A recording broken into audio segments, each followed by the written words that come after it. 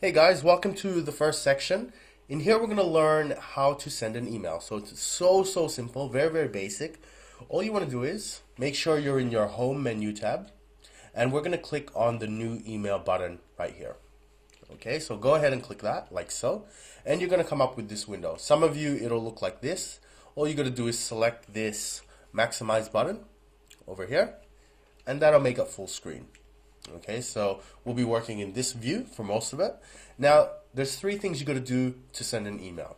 The first is, who are you going to send it to? So I'm going to put my own name here, gwinto.jed@gmail.com. Okay, press OK. And then your subject. What's your email about? So let's just call this test email, for Udemy course. All right, and then whatever it is you want to say. Hello, I am an email. There you go.